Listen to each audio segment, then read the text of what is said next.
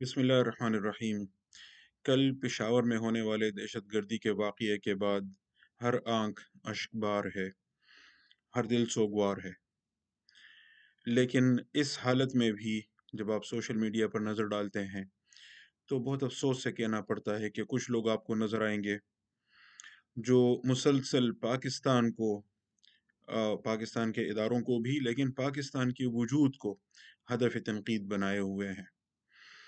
और इन लोगों में आपको मौलवी भी नज़र आएंगे और इनमें आपको नाम नहाद लिबरल्स भी नज़र आएंगे।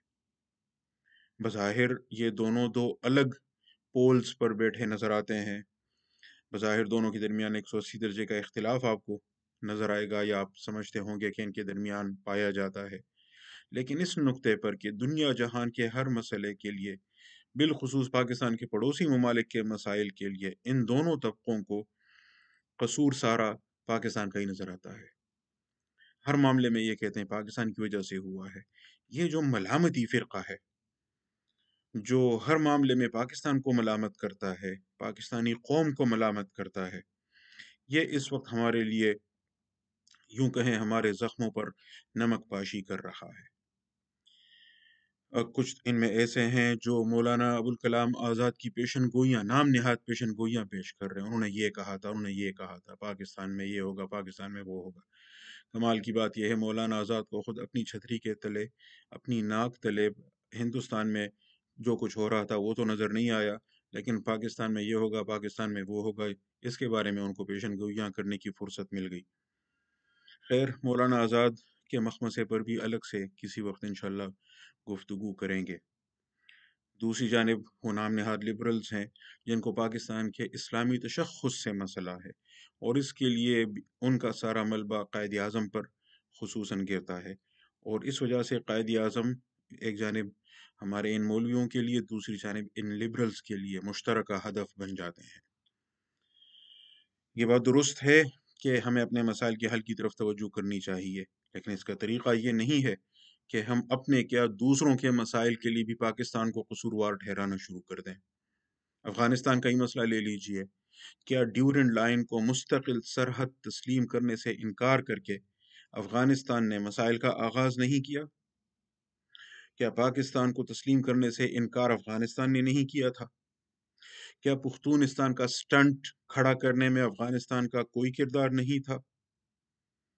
अफ़गानिस्तान और भारत ने मिलकर पाकिस्तान में पुख्तूनों को पाकिस्तान के ख़िलाफ़ खड़ा करने की कोशिशें नहीं की?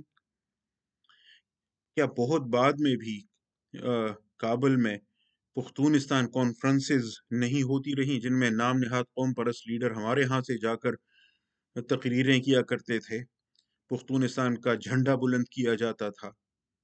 अब वो लोग भी हीरो बन गए हैं और इस्लामाबाद में जिनाह कन्वेंशन सेंटर में उनके नाम पर कॉन्फ्रेंसेस होती हैं, और उन कॉन्फ्रेंसेस में हमारे उलमाए किराम के रहनुमा जाकर खराज अकीदत पेश करते हैं, और बातों बातों में वो तो नहीं, लेकिन आगे पीछे दीगर मुकर्रीरीन वही पाकिस्तान को, कायद आज़म को हदफ तनकीद बनाना शुरू कर देते हैं। और वो जो तक़सीम हिंद का दुख है, बल्कि वो जो शिकस्त का दुख है, वो अभी तक ये भूल नहीं पाए। क्या ये हकीकत नहीं है कि 70 की दहाई में अफ़गानिस्तान ने खुद अपने मसाइल पैदा किए?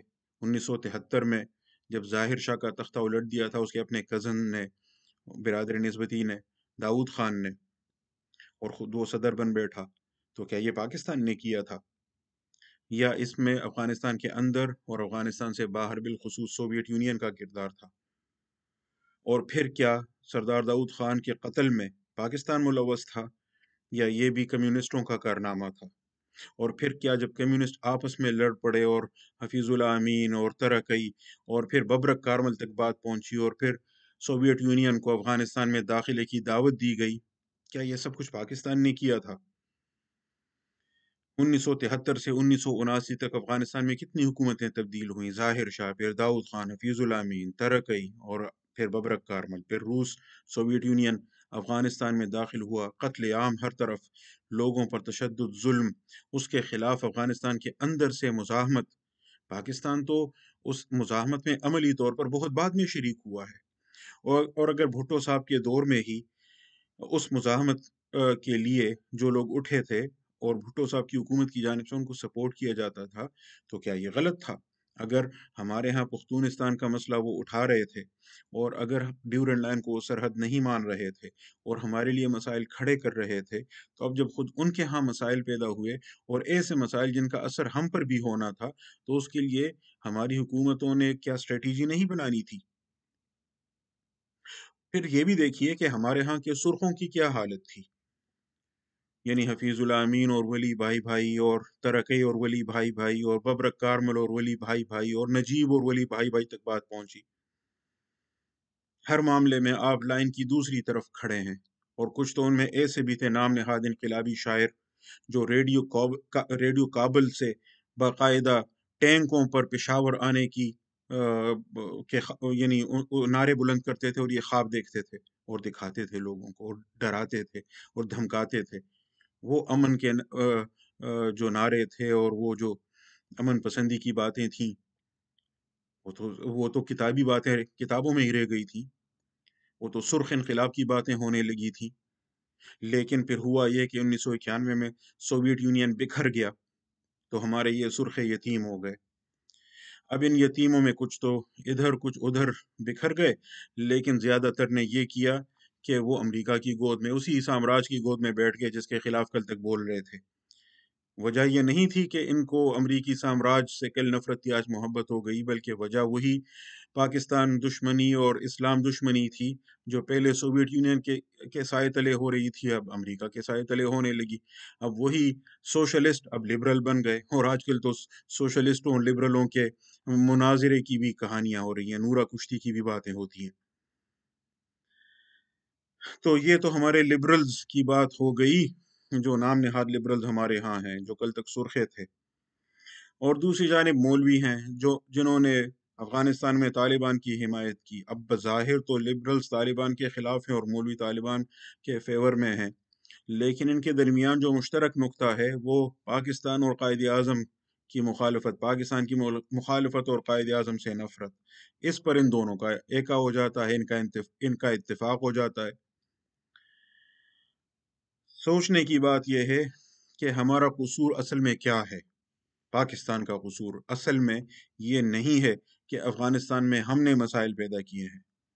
پاکستان کا قصور اصل میں یہ ہے کہ افغانستان میں افغانوں کی اپنی جانب سے پیدا کردہ مسائل سے پاکستان فائدہ نہیں اٹھا سکا۔ اس بات کی مزید تفصیل انشاءاللہ اگلی ویڈیو میں کروں گا۔